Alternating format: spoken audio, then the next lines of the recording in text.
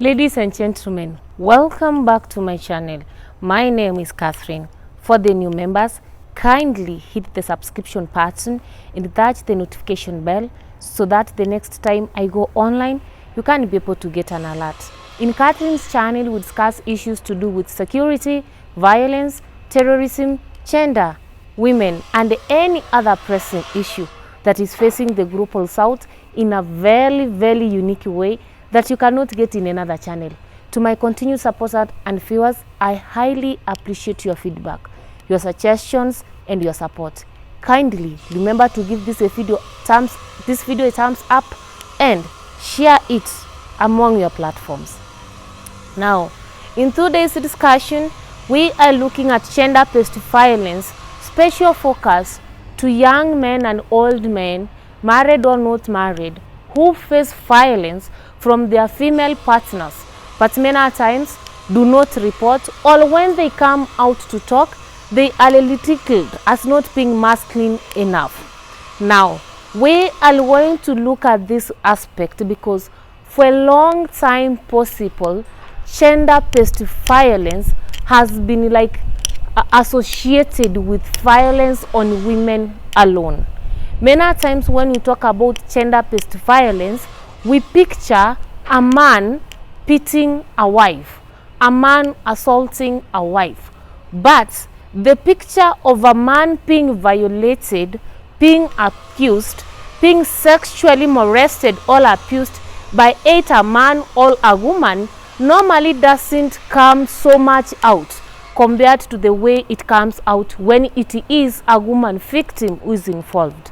Now, if you go back to history and look at the cases around this country, you realize that honestly, men are facing violence. They are facing violence not only from their male counterparts, but also from the women counterparts.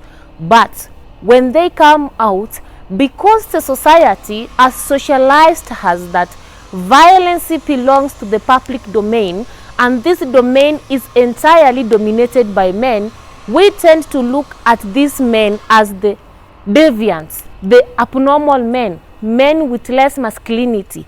Many times we call them sissies.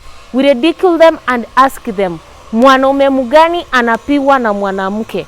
Such ridicule makes a lot of men who face violence in families not to come out and actually, number one, report or even say that actually they are undergoing through any form of violence. Eventually, depression sets in and even some end up into suicide, taking their lives because it is more embarrassing and painful to come out and say that you are being beaten by your wife than to die silently without the society knowing that actually you killed yourself because you are facing violence from men or from your woman. Now, it is high time that we change the way we socialize this society in terms of violence, in terms of abuse, in terms of gender-based violence.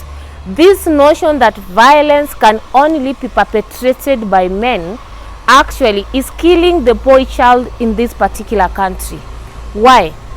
A woman will wrong a man, a woman will beat a man, and while beating this man, this woman will be screaming that the man is beating her. What happens when the neighbors or when the public comes in? The man is scolded, the man is charged, and the man is blamed for those kills, and the woman now is seen as the vulnerable or the victim in that case.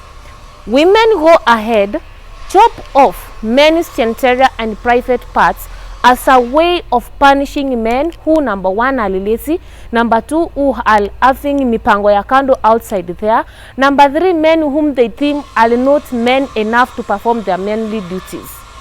But when such cases come out, you will hear the society say, what did this man do that a woman had to beat him, that a woman had to chop off the private parts, that a woman had to kill him? And actually, many times we say that the women who are assaulting men are doing it out of self-defense. But the narrative has never been the same when it is a man who has assaulted a woman. Now, We are making a gender war in this society. When I'm talking about a gender war, how we perceive violence perpetrated to men and violence perpetrated to women actually is very different. Many times we see men as people who deserve violence, but women as people who don't deserve that violence. Eventually we set a war between men and women, and this war is never likely to come to an end. Why? Because we live in a society where one gender always thinks it has been the one with the historical marginalization, violations, abuse and discrimination, and another gender being seen as the one that has been historically oppressing the other one, historically abusing the other one, and so forth.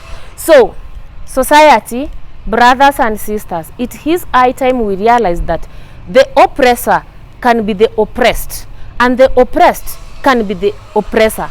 When you see men come out crying that they have been beaten, let's not make it a big deal out of it. No, let's handle that case the same way we could handle a case where a woman is coming out that is been beaten. To our police officers, when our boy children, when our men come to police stations reporting violence perpetrated on them by their women, please don't start telling them that wewe mwanaume unapiwa na mwanamke. No, you are setting these young men and old men into depression and suicide because they feel nobody protects them, nobody wants to hear them out, nobody is concerned with the tribulations that they are going through even in their marriages. It is high time that we handled gender-based violence as gender-based violence that can be happening to anybody in the society. Let's not take gender-based violence serious when it's happening to one gender, but when it's the case of men, we come out laughing at them. Thank you so much.